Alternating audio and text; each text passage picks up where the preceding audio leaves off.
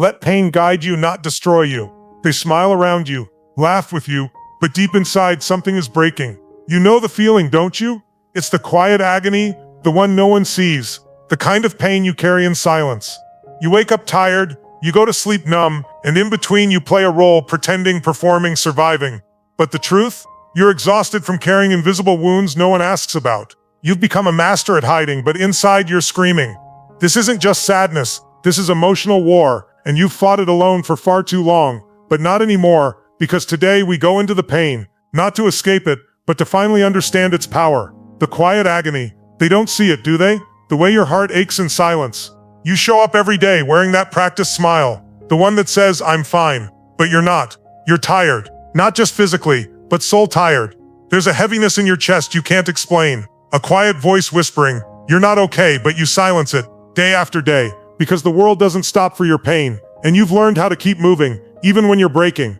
You laugh at the right moments. You say I'm good when people ask, but inside it's chaos, a storm no one sees, and that's the part that hurts the most. Not just the pain, but the fact that it's invisible, unnoticed, unheard, unvalidated. You carry wounds no one can touch, scars from words that were never said, bruises from memories that keep replaying. You try to distract yourself, with work, with scrolling, with pretending, but nothing fills the void, because the pain isn't just on the surface, it's etched into who you've become. You start questioning everything. Why do I feel like this? What's wrong with me? But nothing's wrong with you. You're human, you're hurting, you're holding on, and that makes you stronger than you think. You see, pain doesn't always scream. Sometimes it whispers. Sometimes it looks like silence, like distance, like overthinking, like smiling when you're dying inside. But here's the truth. You don't have to fake it anymore. Not here, not now, because pain is real. And if you can feel it, you can heal it. You're not broken, you're bruised. You're not weak, you're tired. And there's a difference. Everyone talks about strength like it means never falling apart.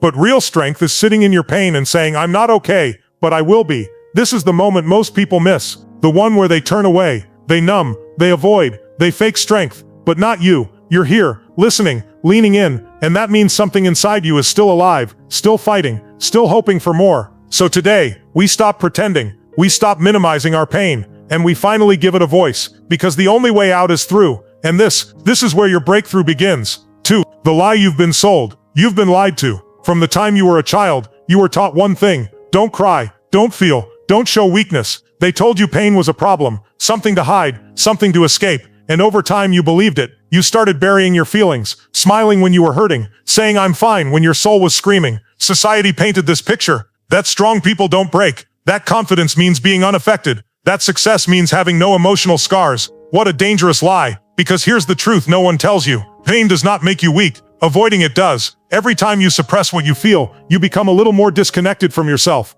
a little more numb, a little more lost. And the worst part, you start thinking it's normal. You scroll past filtered lives online, seeing nothing but smiles and wins, while silently asking yourself, what's wrong with me? Why am I the only one feeling this broken? But you're not broken. You've just been tricked. They never taught you how to sit with pain. They never showed you that it's okay to grieve, to feel, to scream. They told you to suck it up, push it down, keep going. And so you did. But now the cracks are showing. And it's not because you're failing, it's because you're finally waking up. See, pain is not your enemy. It's feedback. It's your body, your soul, your spirit, all trying to say something needs to change, something isn't aligned. Pain is not failure. It's the signal that you're alive, that you still care, that there's more for you. But you can't transform what you refuse to feel. You can't evolve if you're still hiding from your truth. The world has enough numb people. What it needs is awake people. People who don't run from pain, but rise through it. So today, we burn that old story. We stop pretending that strength means silence. We stop worshiping fake perfection. Because real power, it's in the person who owns their pain, learns from it,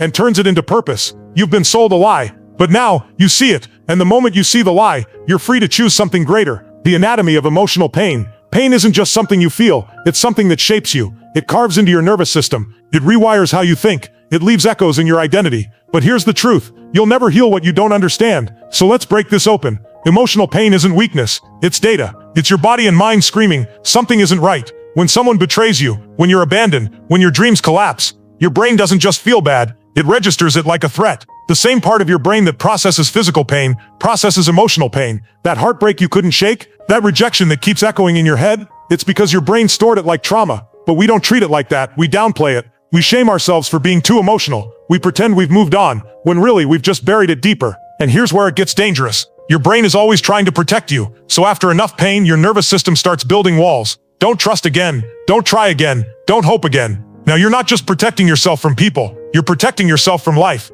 That's how emotional pain becomes identity. You stop saying I was hurt and start saying I'm not lovable. You stop saying I failed and start believing I'm a failure. But that's not truth, that's pain talking. You were never your pain. You were shaped by it, but you don't have to stay shaped by it. Once you start seeing your pain not as punishment but as information, everything shifts. Because now you have choices. You can trace the emotion.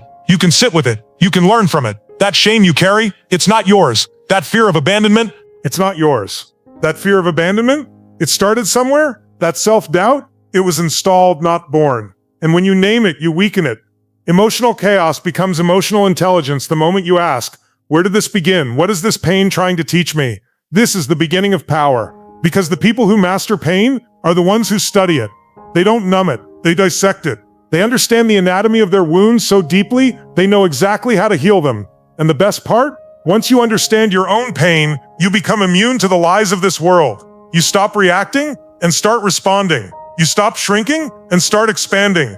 You become dangerous to everything that tried to break you. Because now you don't fear the pain. You understand it. And what you understand, you can transfo. For your break didn't break you. You thought that moment was the end, didn't you? The betrayal, the loss, the silence after the chaos. You stood there, shattered, thinking, this is where I break. But look around. You're still here, breathing, beating, becoming. That moment didn't break you. It built something you haven't even fully met yet. See, pain has a twisted way of disguising transformation. It doesn't feel like growth when your chest is tight and your nights are sleepless. It feels like death. It feels like failure. But it's not. Because every tear that hit your pillow in the dark was actually proof. You were alive. You were feeling. You were fighting. And in that fight, something sacred happened. The old version of you, the one who tolerated too much, trusted too fast, doubted too often, started to die. And something unshakable started to rise. But here's the trap. Most people stop at the pain. They label themselves by the moment they cracked, instead of the fact that they kept walking after. You didn't break. You bent. You burned. But you reformed. Every scar you carry is a reminder. I faced that storm, and I didn't run. You want to know the real difference between a victim and a warrior? It's not what happened. It's what they chose to see. Victims say, that moment destroyed me. Warriors say, that moment revealed me. You were never fragile. You were just waiting to meet the part of you that shows up when it all falls apart. And now you've met them. The world didn't give you your strength. Your break did. The day they left. The day they lied. The day it all fell apart. Was the day something deeper activated inside you. You don't need to go back and fix the past. You need to own that you survived it. You already walked through hell. The least you can do now is walk like you belong in heaven. So next time your mind whispers, you broke back then, you look back at that moment with fire in your eyes and say, no, that's the day I woke up. 8. Rise through the rubble. You're still here. That means something. Because after the storm, after the breakdown, after everything that tried to bury you, you didn't vanish, you endured. But now comes the choice. Do you survive or do you rise? This is where most people stop. They think surviving is the finish line. But you weren't born to just make it through. You were born to rebuild, piece by piece, thought by thought, habit by habit. This is the moment where numbness ends and conscious rebuilding begins. And no, it won't happen overnight, but it will happen if you show up daily. Start with silence. Not the silence of defeat, but the silence of stillness. Just 10 minutes a day to reconnect with yourself. Breathe, listen, recenter, then write. Let the pen bleed what the soul won't say out loud. Your journal isn't just a notebook, it's a mirror. A way to meet the truth without judgment. Next, move. Your body remembers trauma, but it also remembers power. Walk, stretch, lift, dance. Every step forward reminds you, I'm not stuck anymore. Then reframe. Take your pain and give it new meaning. You weren't broken, you were being rebuilt. Life didn't punish you, it prepared you. You didn't lose everything, you found yourself. And finally, serve. Help someone who's still buried where you were. Not because you figured it all out, but because reaching back while climbing forward is how we heal. You're not just surviving, you're becoming. This isn't about being perfect, it's about being present. Every small act of rebuilding is a revolution against the past. And slowly, brick by brick, you realize you're not the same person who broke. You're wiser, stronger, clearer, and more you than you've ever been. This is what rising looks like. Not loud, not flashy, but real, raw, and resilient. The rubble you thought would crush you, it became the foundation for the next version of you. And that version is unshakable. 9. Show the world who you became. You didn't come this far just to stay quiet. You didn't break, rebuild, and rise again just to blend in. This is your emergence. You've earned your story. Not the version people want to hear, the real one. The version with the scars, the slips, the silent nights, and the days you almost gave up, but you didn't. Now the world needs to see who you became because of it. You used to hide. You used to shrink to make others comfortable. You used to carry shame like a second skin, but that version of you is gone. This version walks taller, speaks louder,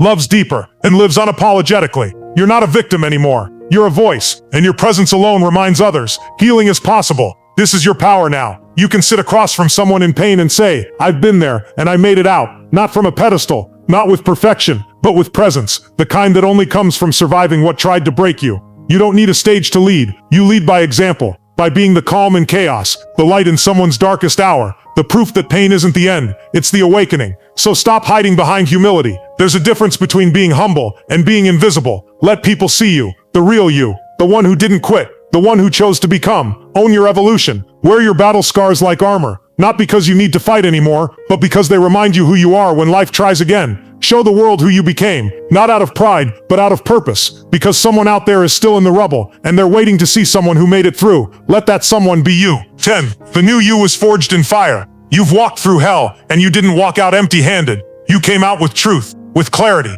with strength no book could teach you, and no comfort zone could ever give you. You were forged in fire. Most people fear the flames. They run from discomfort. They avoid the hard conversations, the heartbreaks, the identity collapse. But you stood in it. You let the fire strip away who you weren't, until all that was left was who you truly are. And now you carry something most will never have, emotional armor, not made from avoidance, but built from immersion. You didn't numb the pain. You leaned into it. You faced it until it had no power over you. That's why your future will look nothing like your past, because this time, you're not building from weakness, you're building from wisdom. The world may never understand the depth of what you survived, and that's okay. This isn't about them. This is about you stepping fully into your power. The kind of power that's quiet but unshakable, that doesn't need to prove, only to be. This is your line in the sand. No more shrinking, no more running, no more rewriting your story just to make others comfortable. You are no longer defined by what happened to you. You are defined by what you did with it. The pain tried to destroy you, but instead, it revealed you. It pulled back the curtain and showed you your grit, your resilience, your fire. So don't hide the burn marks.